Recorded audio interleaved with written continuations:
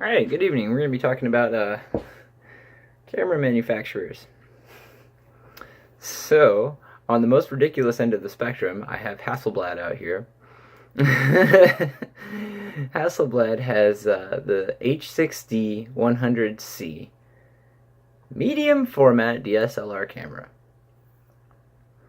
It has a 100 megapixel sensor, which is like,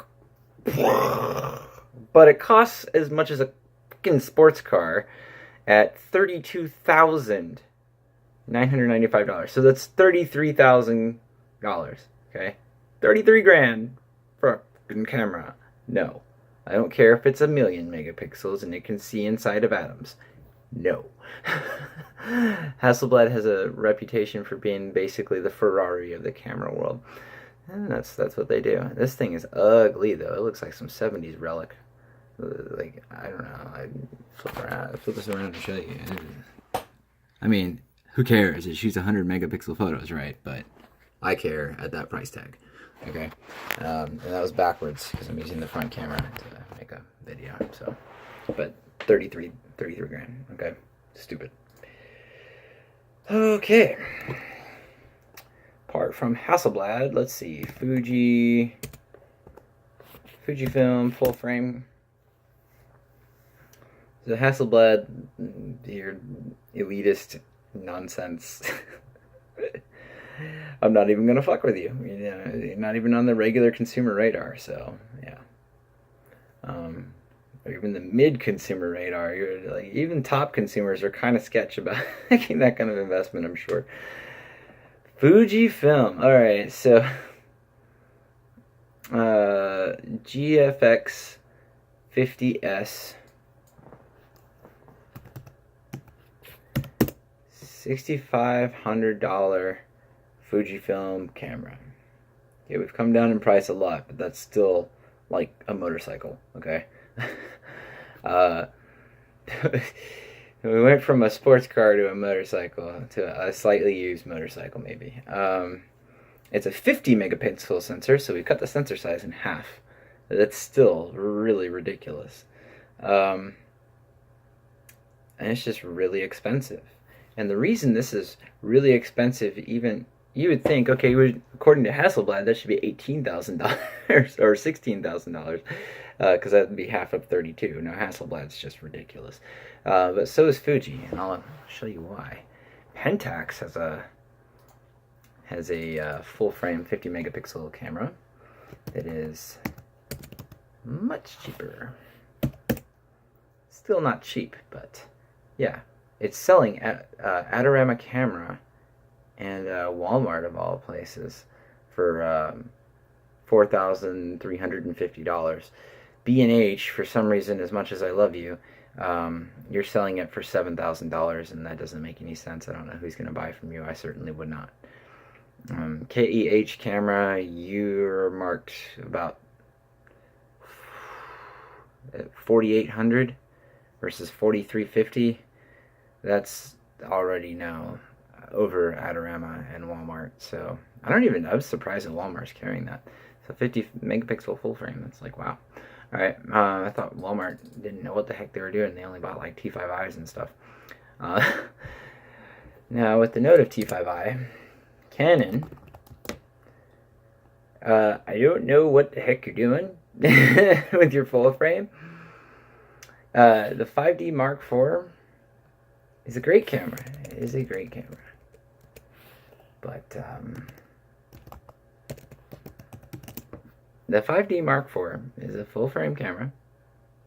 And if we look on B&H, and that's one of the things I do like about B&H, they list all the stats. It's relatively similarly priced to the A7R II, which is also a full frame camera. Difference being the 5D Mark IV is not mirrorless, and the Sony is. It's the main difference between the two, and then you've got a price difference of about $100. But the Canon is $32.99, so it's a little bit more expensive than the A7R II. But for being more expensive, I don't understand why the A7R II has a 42 megapixel sensor and the 5D Mark IV has a 30.4 megapixel sensor. 42.6 versus 30.4. As far as all the other specs are relatively the same, don't really matter. If you're trying to shoot video, I guess this might be. I'm talking strictly photographically. I don't give a crap. And they both shoot 4K video. I don't know if they both shoot 4K at 30 frames a second, but with an 8.8 megapixel still grab, why the fuck would you grab an 8 megapixel still? It sounds like crap. Um, but you know, whatever. Yeah, it's better to just shoot with a friggin' instead of grabbing stills from video. It's better just to shoot a APS-C body that shoots faster and just hold it down in continuous, like if you're trying to get stills like that are fast. That just makes way more sense to me. So, I mean, unless you're like stuck using a GoPro or something, grabbing stills is not ideal for photos of fast stuff. Canon, I have another beef with you. I love you as a manufacturer. My first camera was a T3i. I'd like to someday upgrade it for an 80D or whatever you crank out after that, but both the T3i and the 80D share a lot of similar qualities, one of which is the tilty flippy screen that you don't seem to put on most of your cameras, to include the 5DSR, which is much better than the 5D Mark IV. The 5DSR, however, costs not much more than the 5D Mark IV. So, and it's a 50 megapixel camera. So Canon also has a 50 megapixel full frame, and it is even cheaper than the Pentax one at $3,700. So the cheapest version of the Pentax is $4,350, and this is going for on B&H for $3,700. And B&H, again, you're messing up because SLR Direct has it for $2,309. Adorama has it for $2,879. Power Solar Digital has it for $2,300. Yeah, Deals All Year has it for $2,600. So yeah, B&H, you need to adjust your shit, because as much as I love you as a company or whatever, I'm no longer going to buy from you if you're just obscenely more expensive for no reason. But Canon has a cheaper camera, and I love Canon, I really do. But this cheaper camera is still like thousands of dollars, and yet, unlike the $500 T3i, it was $500 back when I bought it years ago, it doesn't have a tilty flippy screen. And Canon has since in the 70D and 80D made those tilty flippy screens touchscreens. And we all know why this is beneficial. You can flip it backwards to protect your screen when you're not using it, or so that to avoid your nose bumping up when you look through the viewfinder, putting smears on your screen or like touching the touchscreen. You can flip it completely backwards and out so that you can see yourself, or when you're in front of the camera, you can see the display.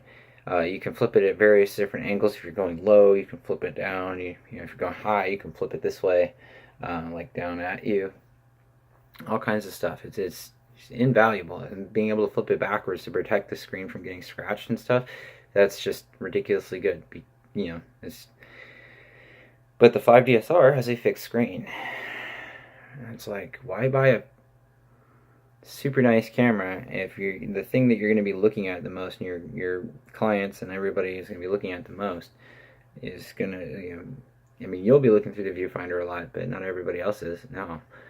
And the thing that you want to present when people see your camera, when you're trying to show them stuff on your camera, can easily get marred and scratched, when that's super easily avoidable. And Canon, you have done this before. Get it right. Sony, you're half-assing it. You make screens that come out and like fold 90 degrees upwards, facing upwards, and like not even 45 degrees facing downwards. The hell? Fix that. Do what Canon did with the 80D and the 70D. And you know what? Screw it. All camera manufacturers from this point forward make tilty flippy touchscreens.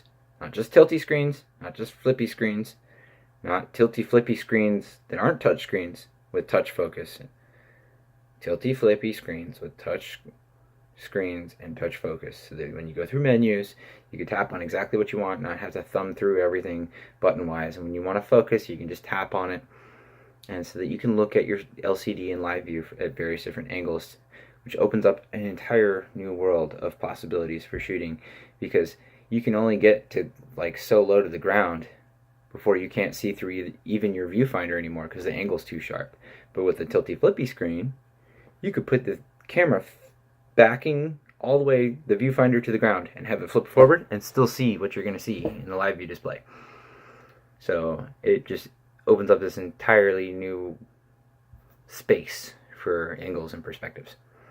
Just having a tilty flippy screen. Making a touchscreen, duh, we all know why that's better. That's why our phones don't have buttons anymore. Alright? Sony, I don't give a crap how small the camera is. I want the battery life to last longer. All your cameras. All of them. I don't care if you gotta make them bigger or heavier. It's not an issue. It's really not. Oh, it's light and it's small and it's compact. Yeah, but it only lasts for like 250 photos. Or you need a new fucking battery. Like, no. And like the A7R, its battery grip or whatever is so small that only a freaking person with a hand half the size of mine would be able to get a full grip on it. The A7R2 is a bigger, better grip, slightly better battery, but come on. One of the first things I should look into investing when I get a new camera should not be battery grips. You know, just to hold 2 batteries. And I still haven't bought one because I refuse. It's stupid. It's only cool if you want to like be super, if you're lazy and you just can't turn your wrist to shoot like this and you need the buttons on both sides. Or if you're going to be shooting for an extended period of time and for whatever reason you don't trust yourself to be able to swap your battery. I mean, I've done it in like torrential winds. Battery swapped, yeah, no problem. So, like on the side of a mountain, you know, whatever. But, whatever, I've swapped battery in a blizzard. So, I don't know what the deal is there. But, Sony, just make a bigger camera if you have to, I don't care. You seem to have overheating issues with some of your newer cameras. So, whatever, I know that, like, you went a while where that wasn't an issue, and then it's coming back with a lot of the higher frame rate cameras. So whatever the issue is, I believe it had something to do with like copper wiring or something. Whatever you did to fix that before, I don't care if it's cheaper to not do it. Your consumers are already paying thousands of dollars for your cameras. Fucking do it. Okay? Whatever it was that worked, do it. You know, none of the other manufacturers are having this issue that I know of. So get on that. Nikon, you died. You were doing so good. And you just like fell off the face of the earth. What the hell? The D810 was the last good camera that I saw Nikon come out with, and it's basically an A7R. It's just not mirrorless. D810's a great camera, and Nikon doesn't exist anymore. Essentially, I don't know why. Nikon was just, you know, they're such a fucking name brand, and then they just kind of fell off the map. They didn't keep up with the trends. You know, everybody started playing around with mirrorless, and Nikon said no. And, you know, people started pushing ISO ranges, like, into the ridiculous amounts that don't make sense. But Nikon said no. And, you know, like, you just can't find that many good Nikon bodies anymore that can compete with all the other manufacturer bodies. Like, I don't know. So, Nikon would like to see you come back, but if you're for sure dying, then rest in peace. I know some people still that are Nikon shooters, so they'll be pretty sad about that. But, yeah. Sony, you've been kicking ass lately, so please take my constructive criticism as just that, and heed my words very seriously. Tilty, flippy, touch screen. Longer battery life. We don't care if the camera is small. If you have to make it slightly bigger to make a battery that lasts, oh, I don't know, at least twice as long, then do that. I'd like to see an A7R3 with a tilty flippy touchscreen, longer battery life. 50 megapixel sensor. Make it happen. And if any of you manufacturers can find a way to make a single camera, single full frame camera with a high frame rate, that would be cool. I don't give a crap about video in 4K. Blah, blah, blah, blah, blah. Cool. Don't care. I'm a photographer, not a videographer.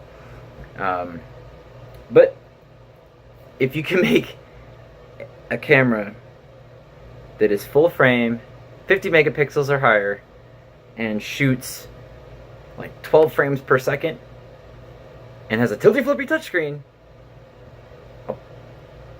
I'll have a brain-gasm, okay? Somebody please make that happen. Oh, and doesn't overheat, and has a longer lasting battery life. Yeah. Alright, that's all I got, I think. Hasselblad, I'm sorry, man. Yeah, fuck you. Only people like Trey Ratcliffe can afford Hasselblad. And I love Trey Ratcliffe. But, I mean, come on. Come on. Alright. If I left anybody out, I'm sorry. Kodak. Oh. Polaroid. Only know of you because of Polaroid pictures. Those ones that print out as soon as you take them. I'd like to get another one of those. That's awesome. Nikon, you did do one good thing in making the AW130 little point and shoot camera. I love that. And you get another one. My old one got lost. That camera rocks. That's it. That's all I got. Peace.